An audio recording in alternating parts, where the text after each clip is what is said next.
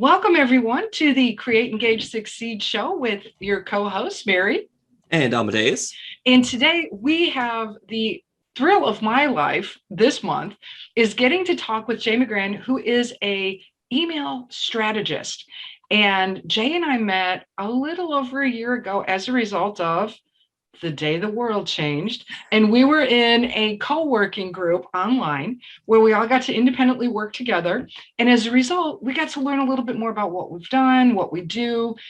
And I was talking to Jay going, we work with a lot of course creators who really don't know how to get the message out about their courses. And she said, Mary, guess what I do? And I like, great, because I just thought you were a ghostwriter. And then I learned that you have all these other skills. So without any further ado, why don't you go ahead and tell us about yourself and let's have some fun.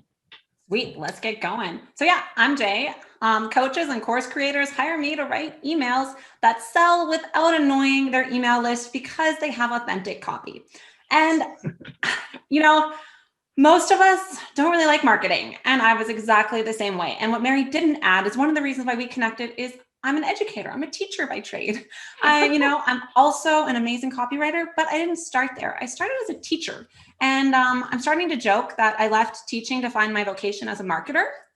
So here's how it happened, how I found my vocation as a marketer is I got into teaching to make a difference, right? And that's, I think, why, isn't that why you're in education, Mary, to make a difference? Definitely.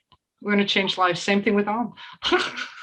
Exactly. And, I was doing that for a little while, and I discovered that I really got the kids. I had this radical empathy to plan things that were really cool for the kids. But then everything, I had a baby and she was wonderful. And after my maternity leave, it started to get really hard. It was exhausting to go to work with 30 small humans to come home to one tiny human. So, and I was just starting to be burnt out, emotionally exhausted. And I didn't feel like I was making that difference anymore. I was too scared. I was scared of parent emails. I was scared of the results the kids were getting. I was scared I wasn't working enough. Oof. So I pulled back and went part-time. And at that point, I turned to writing. It was that's what I always wanted to do, right? From when I was little, right? It's I could do this. And I tried to write a novel. And that worked for a little while, right? It did. And I was really excited about it. And then it stopped working. So, I got to 50 pages and then I read about what it would take to make money writing. I don't know if anybody else has tried to write a novel. Have you guys ever tried to write a novel? The idea has gone through my head and then I realized it was a lot more work than I really wanted to put into it. And then you have to sell the sucker. Yes. I was excuse me, you want me to sell my baby? I can't do it. I cannot promote that. So and also I kind of wanted some income, going part-time, while amazing on the time front, the income front. Kind of iffy. Yeah, exactly. Right. You're part-time, amazing. And then you look at your bank account and you go, oh, not so amazing. Yes, there's a big difference. I love it. So I started writing. That's when Mary met me, actually. I was writing for learning and development, big corporate, tech companies, loving it. I got to learn lots about instructional design and cool things like that. And it was great until it started to get a little bit draining, right? And a little bit repetitive, and also I wasn't loving marketing at that point, It's I don't know. Do you hate marketing? Yes.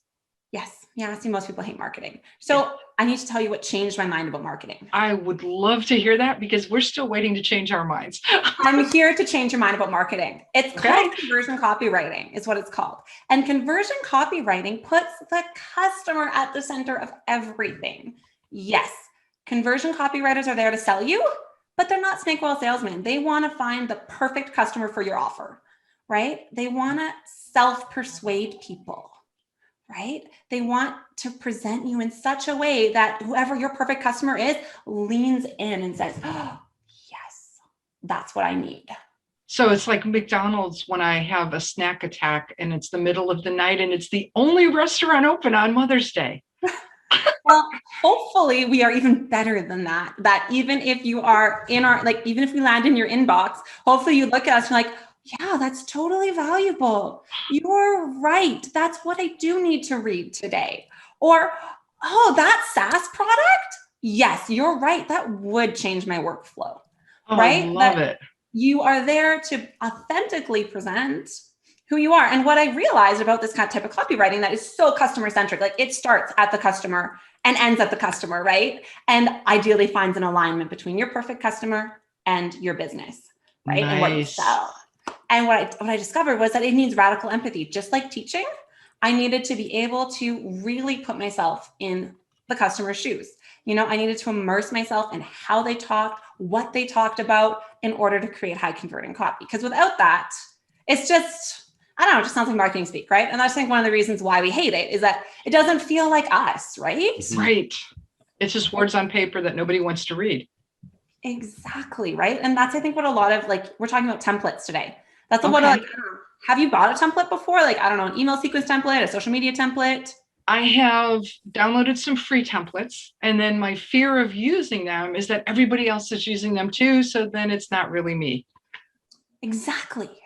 Yeah, right? Because it doesn't feel like you. Right. Right?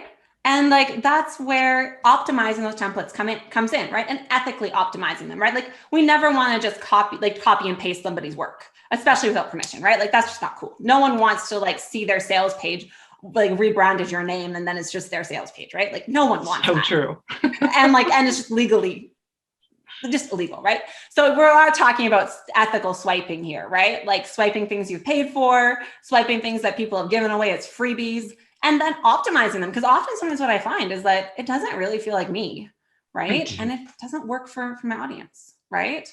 So I don't know. Have you ever sent anything out? We have sent some stuff out, and usually it goes to crickets. So I think, again, people can tell from our audience when I've borrowed somebody else's stuff. Ethically borrowed it, but still, it doesn't have our voice to it. It's just like, oh, this is like somebody has taken over Marian Amadeus's body and they're doing the writing for them.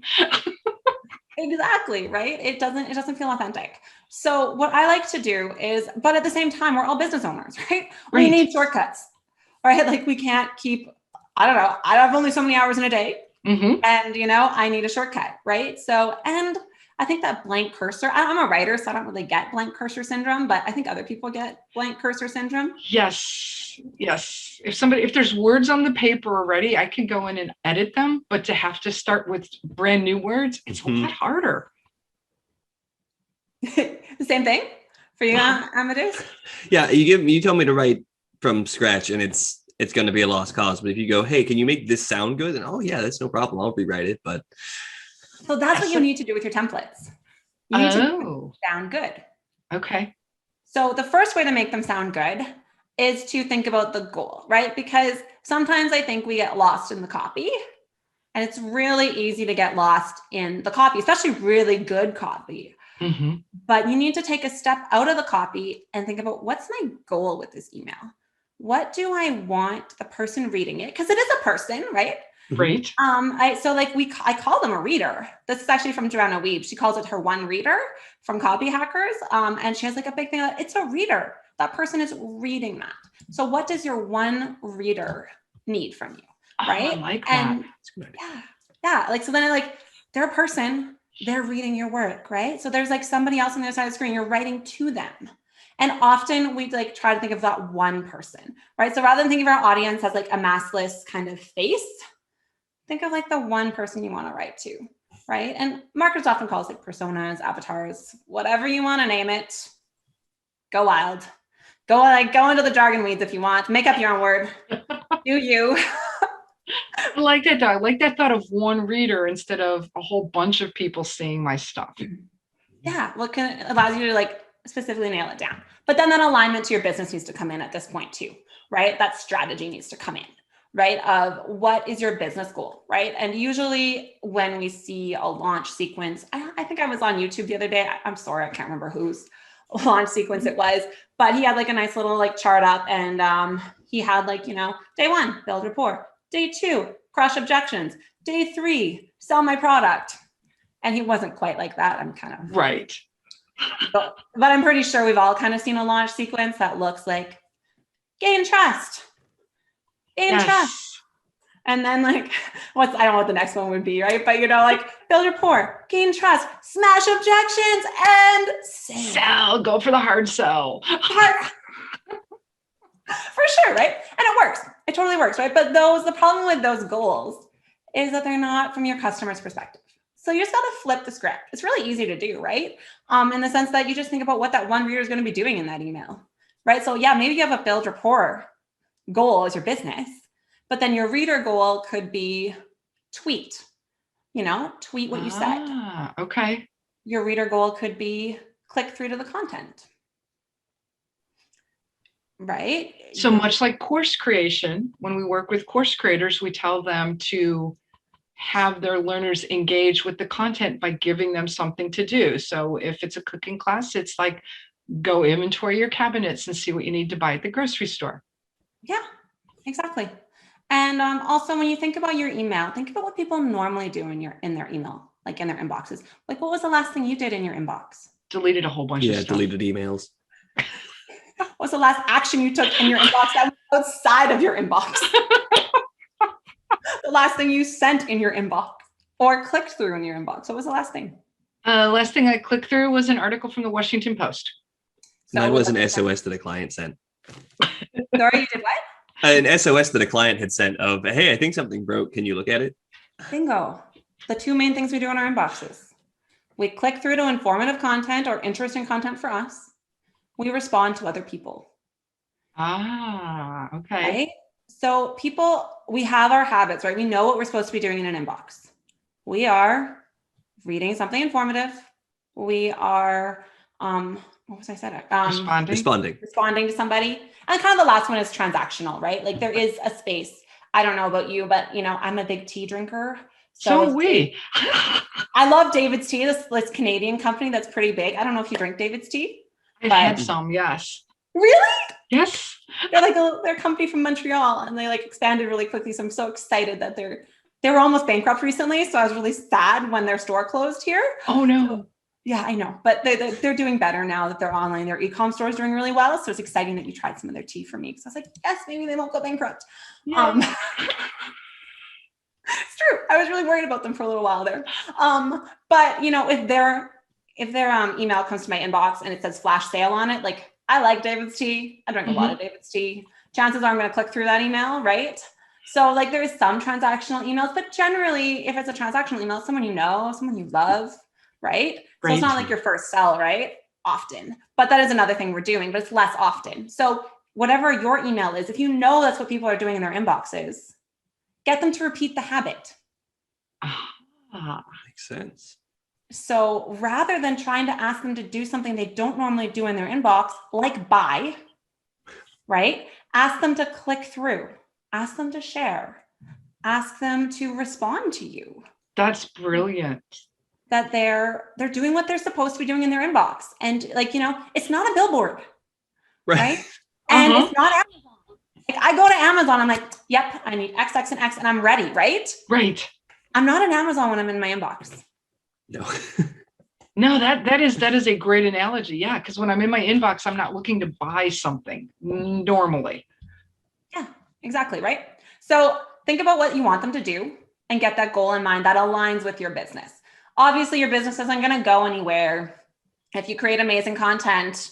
I don't know, if I create amazing content about tea, I am probably not going to sell copywriting services. Right. Right. So obviously align yourself. Course creators I think are probably naturally good at this because they create courses about their passions, right? Yes. So, but that's where they struggle is how to then share that with other people. Mm-hmm. Yeah. So share it with a goal. Share it with it as something of an interaction, right? And I mean, lots of it's going to fall flat, obviously, because lots of this kind of stuff does, right? Conversion rates are not high. Right. Open rates are not even that high. So just expect it to fall flat. But then at least you're entering the inbox with the right mindset, right? The mindset of your one reader who you want to do something. I like that. Makes a lot of sense. So do you have any proven strategies for getting people to want to reply to you? Usually I think they want to reply to you if you're making an offer that makes sense for them, right? So I wouldn't always be looking for a reply. It's easier to get a click than a reply, right? So if I am looking for a reply, I'm looking for something that's fairly warm, somebody that knows me, somebody that has already engaged with me, right? So I'm looking for some of that engagement first, right? Some of Okay. that click through stuff first. That makes Right? You sense. kind of just like everything else, right? Just like I'm really willing to buy David's tea on nothing, right? I'm a most aware customer. I'm like, I'm there. They're like, you got a sale? Sure. I'm down. Right. But someone's webinar that I've just seen, I don't know you. Right. Like it's all about providing value, right? So provide the value first. And sometimes the value might just be in an open rate. Depending on how informative it is, you might just be looking for an open rate. I like But that. at least you're looking for something measurable, right? Something you can say, yeah, that was working, right? And then that depends where they are in your sequence, right? So that kind of goes beyond the template, but think about where they are in your sequence, right? What are you doing this for? Is it a webinar show up sequence? Is it a welcome sequence? Is it a sequence to buy back or win back subscribers, right? Has somebody gone cold, right? Is it I've collected your names from 6 months ago and never emailed you, and now I'm just like reintroducing myself sequence? Exactly, right? What's the goal of the email, right? And what's the business goal? And then what's the customer goal? And then where does it fit in your sequence of what you're doing, right? Like it might just be a newsletter, or it might be a pre-launch to something. Maybe they've already bought a course and you're looking to give them support to bring them back into the course. Ah, good idea. So like if someone's bought your course and you know that they need, I had one person who sent me it was dripped out. It was a course that came out over months. So every month she would send me on my date, like, hey, this module opened up with, a success story behind it, right? So whatever that person needs to start to do, then you can just help them, nudge them along authentically and, compassionately, right? Yeah, but we're still back to templates. So you have your goal in mind, you have your reader in mind. Yes. So let's bring it back to templates. When you start thinking about your reader, and we talked about how it doesn't sound good for me, it doesn't sound like me yet. It's because templates have this tendency to have what I'd call, filler language. So something like, my ex will help you grow your business, or you've been struggling to get it right. You're at the end of your rope. So here's my fill into that one. Like, you're at the end of your rope. I'm like, you're right. My daughter has been driving me crazy, right? Like, I don't know, I don't know what you filled in, but whatever it was, it probably wasn't what the person was selling, right? Right. It's like the cats won't let me sleep. Right?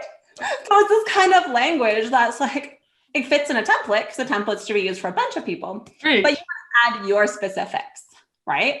Why are your audience at the end of their rope, right? Like I talked a little bit about what my audience is a bit at the end of their rope. We talked about blank cursor syndrome. That's what makes you. You're like, oh, I can't start. And if it's already written, I'm okay, but I can't start.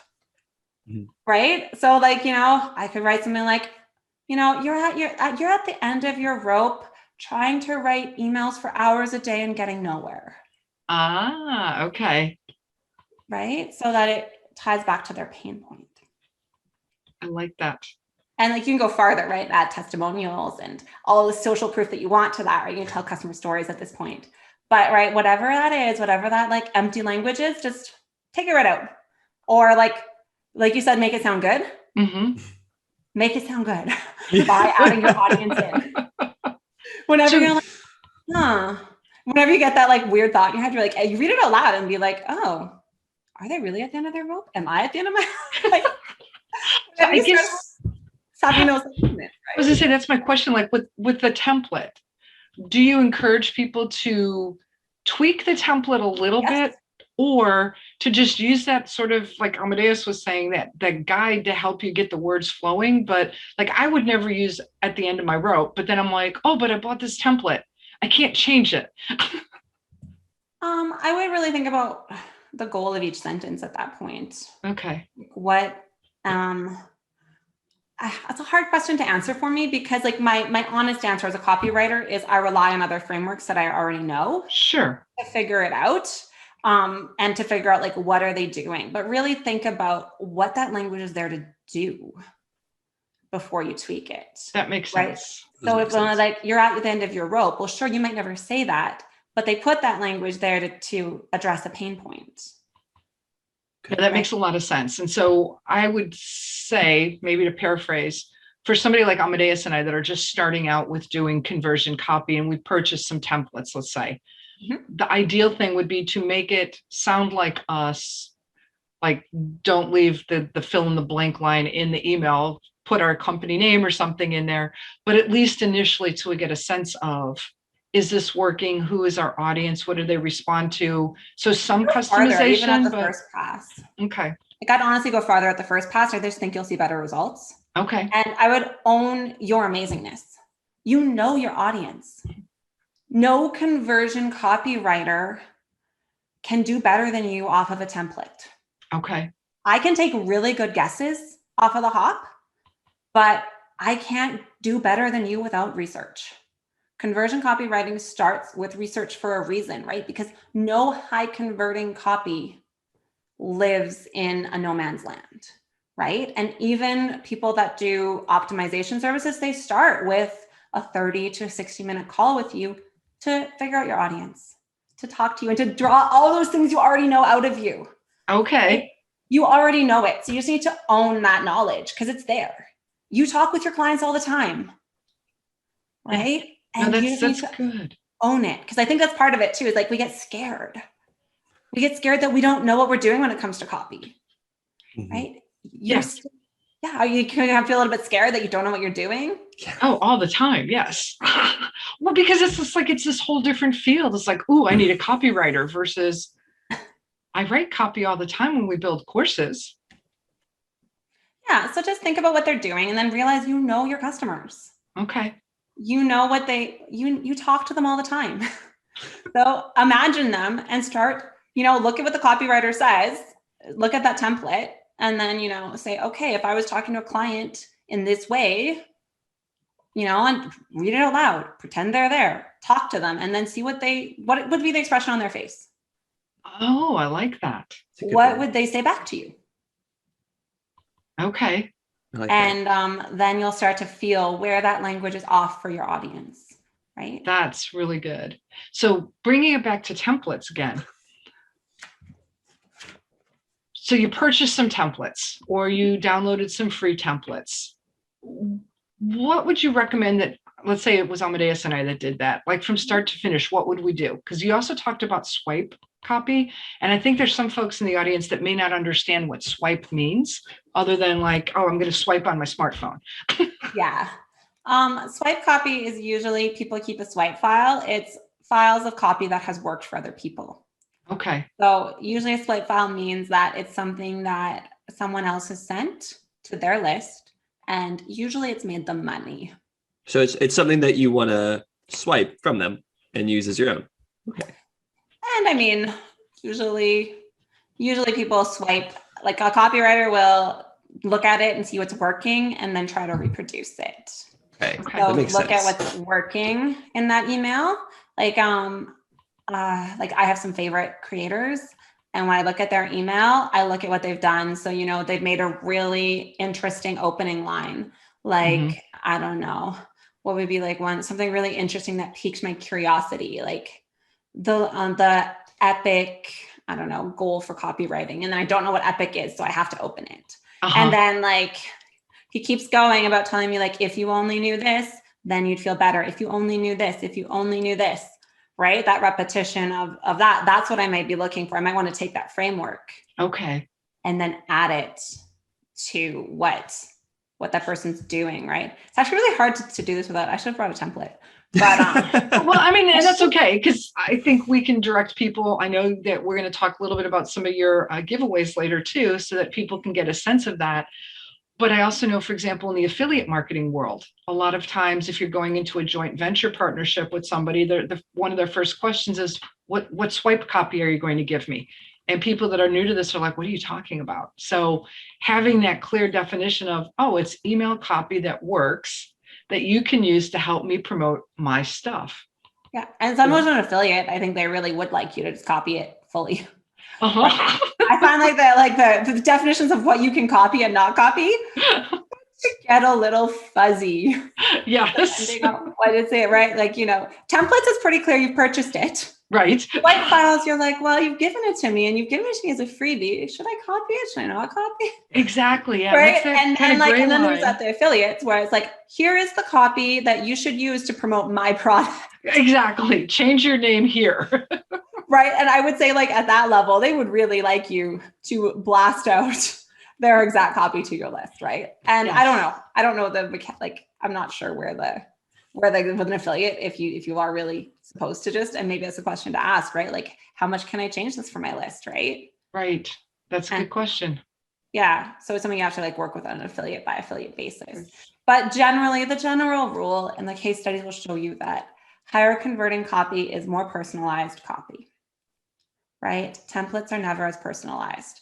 So the goal is like not to worry about how much you're tweaking, but is it going to resonate with my one reader, right? Like, I don't think it's right. You'll know pretty quickly if it works or if it doesn't work, right? Right. And you can even test it. Like, I think we have this tendency to think of email as kind of like, it's like this one shot sort of a thing. It's not, right? Like, if you send it out and it bombs, well, send it again. Right. Just Change try changing some words or something and go, oh, look, they opened this one. They didn't open that one. Yeah, right. Like I mean, we're luckily not a zero-sum game, right? So just optimize your way to more sales. I like it. Like one of the mentors, Sam Woods, is another guy that I've been taking courses with, and he says, no funnel survives first contact with reality. Right? We're not like here saying like, if I write this, it's going to be amazing and perfect and going to work amazingly well. Like I even give a guarantee on my projects of not my like product, not my services, but like bigger custom projects. Mm-hmm. I have a guarantee, and lots of copywriters do that. If you don't see a 10% lift over your control, I'll rewrite it for free. Oh, there you go. Okay. Right. So like we know that you might not see like amazing results the first pass. Yeah. Well, and I think that's with anything, and people, same thing with course creation. Usually your first version of the course is not the final version of your course, because as you launch it and you get feedback from your students, your audience, it's like, oh, well, I thought my 40-minute lecture was really going to go over great in that online course.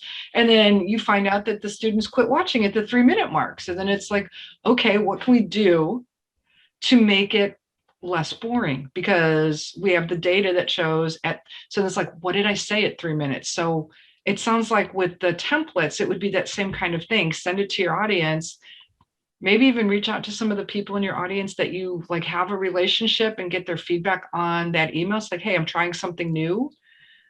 When did you quit reading? Or if you have a big enough list, send it out to part of your list or not all of your list.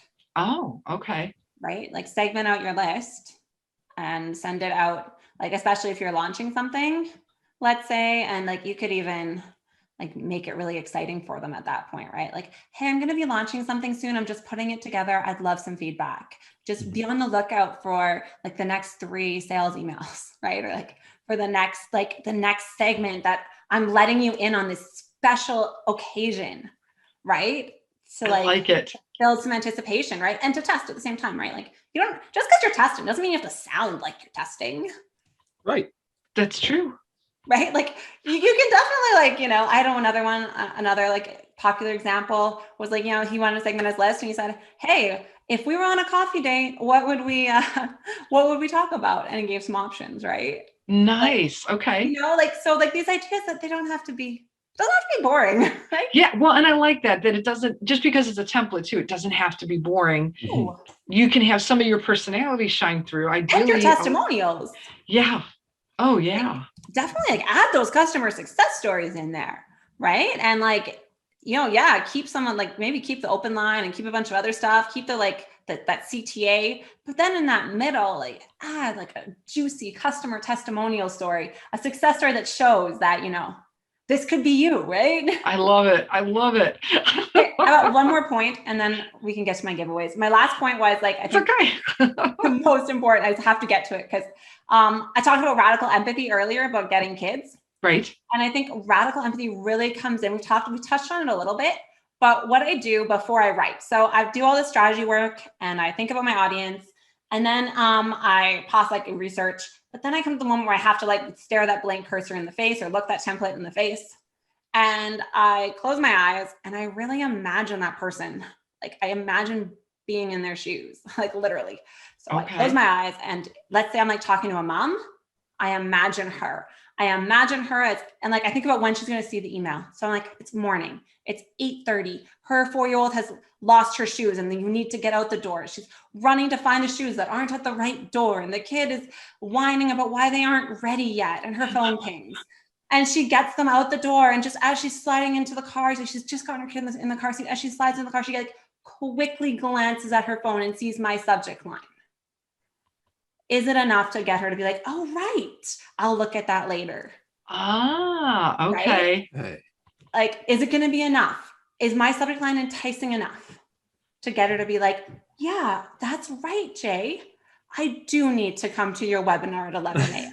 I like that. I like that. But that really radical empathy that goes way beyond just like the pain points of our audience and to actually like almost like a fiction writer, like, you know, seeing them in their daily lives when they read your email, right? About like, and to have that really radical empathy with them of like, okay, what are they going to be thinking?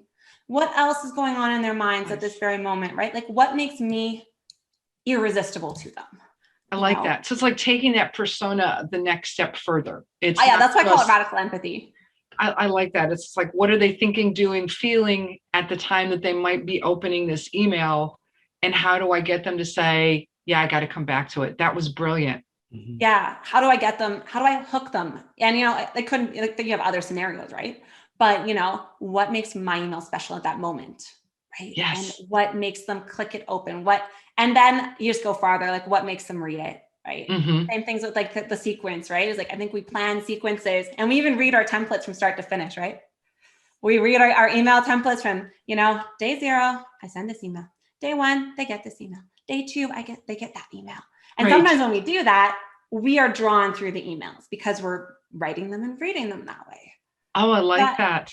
Our learners are not consuming them that way, which is really like instructional design, right? Right. As course creators, like maybe they consume your course. Like ideally they like dive in on a Friday night and they sit there till Sunday morning and they watch all 20 hours. Yeah. But the reality of it is they're skimming, they're hoping that you got some closed captioning, that there's a couple of activities and they're going for the thing that they need versus the thing you think they need. And email is dripped out too, right? Like, so yeah, maybe you read it from day 0 to day 3, but they're going to read it at day 0. And then when you come to day 1, where are they going to be at day 1? Right. Go through the whole process again, right? I love it. Have they opened day 0? I think do they remember day 0? Yeah, that's a very valid point. Right? Like, and how much do they need? And like, sometimes like my favorite was Awesome Swipe, Copy Off of Swipe Co. was this one person that said, finally, we can share with you. I'm like, what if they weren't reading the previous email? Yeah. It's like, finally, we can share with you. I'm like, well, that's great for you. You feel that. But what if your reader's like, finally share what with me? Who are you again? Exactly. Where did I meet you? Where did you come from? And why do I want to read this? Like, obviously, like different things. Like, you know, if you're running a challenge, obviously they know they signed up for a challenge, Sometimes. right? And they know they want to run through a challenge with you, right? But, you know, just try to meet them wherever they're at. Like a re-engagement sequence, if they haven't heard from you in a while or they've gone cold, they're not necessarily going to be in the same place that someone that's just signed up for a challenge is. I like that. We should bring you back to talk about re-engagement sequences, because I know that's a whole different topic, but I think it's a really important one, because especially course creators, you know, you have somebody in your course and then you don't have anything new for them for a while. And then you want to re-engage because you've either added to your old course or you've created a new course. But I do want to make sure before we wrap up that people know how to get in touch with you and what you can do to help them, because we love to refer our course creators to really good marketers and copywriters.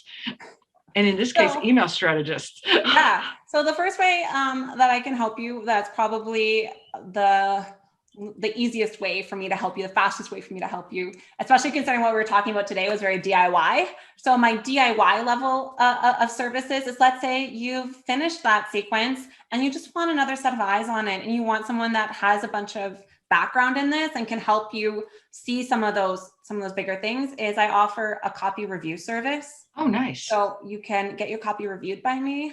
I also offer an optimization service. So let's say you try out that sequence that you did yourself. And you're like, oh, I'm just not happy with the results I'm getting. Well, send it my way and I can optimize it for you. And then of course, I also do like write your own email packages, right? So you can definitely check those out. They're on my website. I love it. I'm Jay McGrane, but I'm with JK Copy. So jkcopy.com has all of that info. Yeah. Did you want any more information about that? Give us a little bit. Okay. So basically a copy review, let's go back to that one. Well, they kind of all go over the same thing.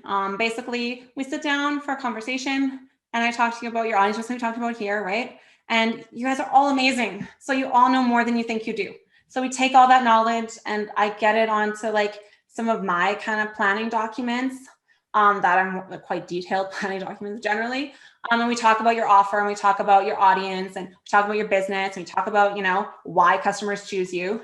And then, oh, sorry, I forgot one part. We do that. But before that, I actually send you a survey. Sorry. Okay. Send you a survey. You do some of that work and then we meet in person or Zoom in this case, and we talk about it and I get more information out of you. Then I go and I write and do a little bit more research. And then, I do my thing. I have to admit, I don't write in like one fell swoop. I wish that I could write in one fell swoop, but I write. That's okay. I go make tea. I write some more. I research some more. I write some more, until I get it to something that I like. And then we meet one last time for me to present my copy to you. And then you can put it in your email service client. I love it. And then you send it off, right? And depending on what kind of level of package you choose, it kind of goes from that. So that's the process. So like a survey, a discovery call, writing, and then just a quick review of it. It's on. I think that's great. Mhm. Yeah. And then I also offer some packages. So if you're looking for that, I do offer a re-engagement sequence package. So if you're like, oh, I just have these little emails that I just know I need. Yeah. Or like you're like, oh, I have this list, but I need it re-engaged or I need it segmented. So I offer like a self-segmenter package. Nice. Have a list. This one, like a really interesting one for course creators that I want to talk about more, is a brand ambassador package where we kind of intentionally send out some of your like warmest leads, not even leads, customers, your really warm customers, people that love you, and really try to cement that relationship. So that by the fifth email, they're kind of ready to go out and be your brand ambassador. I like that. Take them through. And yeah, and then I offer custom packages around launches. And you can buy my day as well. So if you just like, yeah, I need like a webinar sequence, I need like a few other things like kind of written. I love it. Then you can also buy my day and I can, get So some of the. it's kind of like a VIP day with you. Exactly, like a VIP. Very cool. This has really been eye-opening for me. I can tell just by Amadeus's facial expressions that there's definitely some things that you've shared that neither he nor I have thought of. And so I know that our audience is going to really just go, wow, this has been fantastic. So if you'd like to get a hold of Jay, we're going to have all of our contact information in the show notes. And this will be available both on Facebook, where you're watching right now. We'll also have it up on YouTube. And for those of you that are more of a LinkedIn kind of folks, we'll share this on LinkedIn as well. So really eye-opening session. I appreciate. And if you want someone to like kind of hold your hand through it, I also have a template that is a email planning little template that I created. So it's on a Trello board. Excellent. So go sign up for it. And so I will share that link as well, because I know you shared that earlier. Exactly, kind of, it has a bunch of questions that I'll take you through. Who's your audience? What your goal is, how to add yourself to the equation. It even has like this little like personal, like a little finger pointing at you because you're important. That's so right. How to add yourself to the email, that radical empathy step. And then I love it. Well, I will make sure that everyone gets the link to your downloadable and to your website so they can book some time with you. This has been a real pleasure, Jay. I'm so glad we met. We got to have this conversation, and we'd love to have you come back as a guest again in the future. Thanks so much, Mary. It's been like an amazing pleasure to come here too. It's been great. Awesome. Well, we're going to sign off for today's episode of Create, Engage, Succeed. So this is Mary and Amadeus and Jay saying bye for now, everyone. We'll see you next time. Bye.